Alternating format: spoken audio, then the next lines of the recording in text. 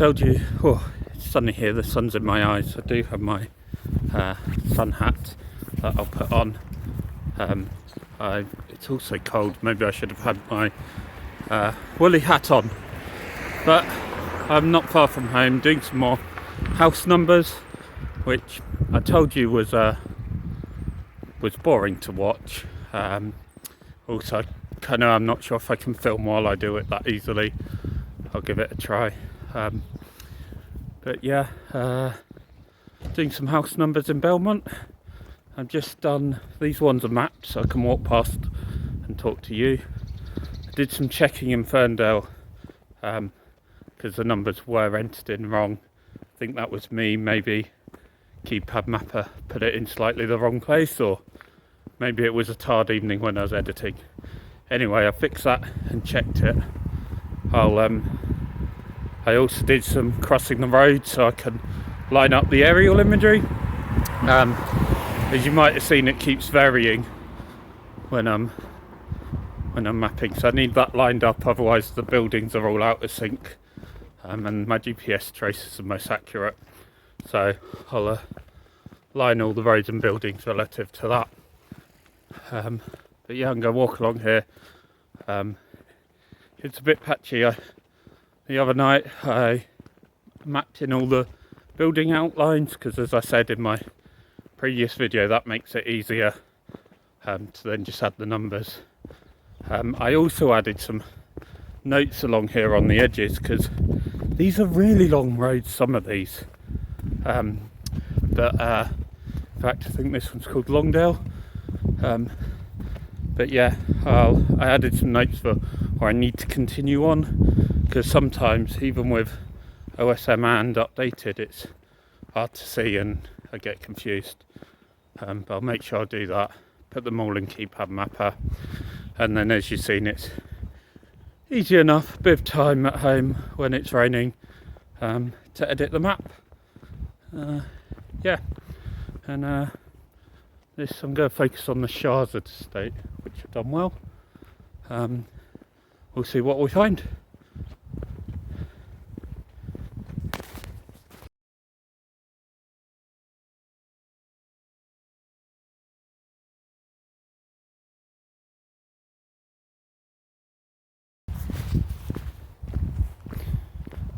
I've also mapped some solar panels, taken notes of those.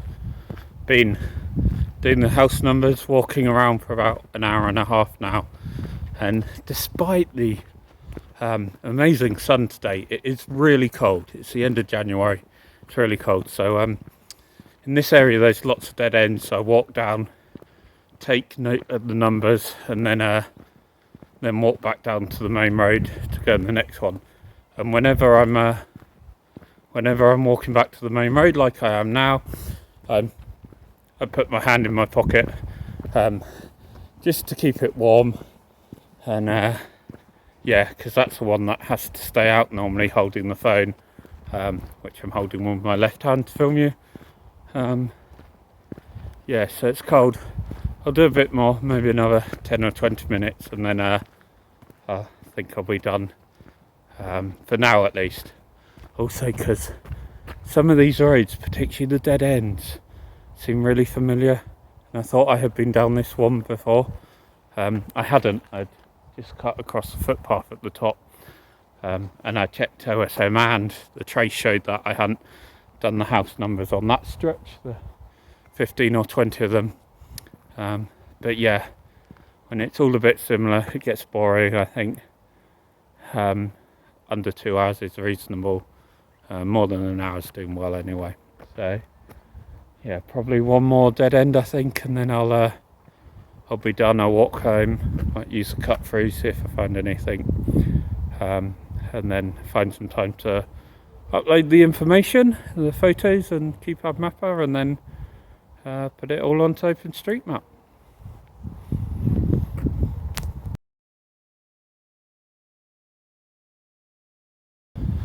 So yeah, more house numbers, but more spotting things that you might not have noticed. I do cross through this estate a lot, sometimes on my way home when I'm cycling or walking.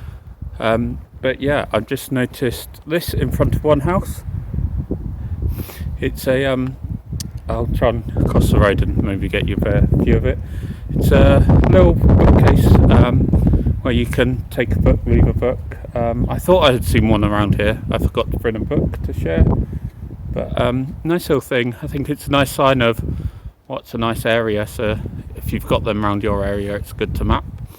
I'll put this on when we're editing the map. You can use the tag amenity and the value public bookcase.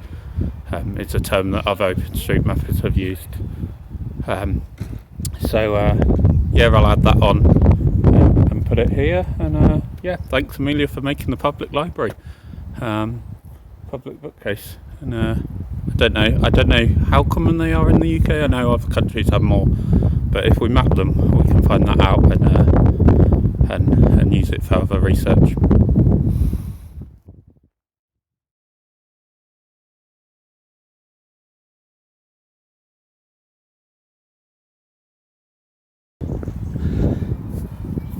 So that's about 2 hours of mapping.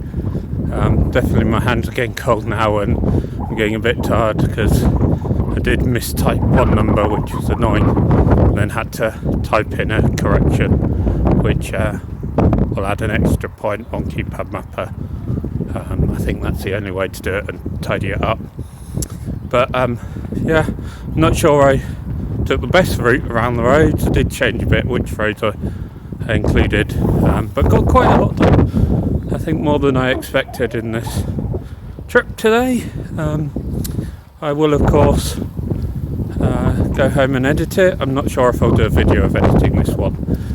You've seen enough of me editing house numbers, but I will edit it and put it onto OpenStreetMap, and then in the usual way end the video showing you what the map looked like before I went on this 2-hour walk, and probably show a line of which route I took, and you can laugh at me backtracking a lot and not making use of the paths in between the roads, and then from that we can do the magic of TV and see it change, and how the map all improves, and how there's more house numbers there now on the map, making it easier to find places, find addresses, do research analysis, and just make the map look proper. So that's me until next time.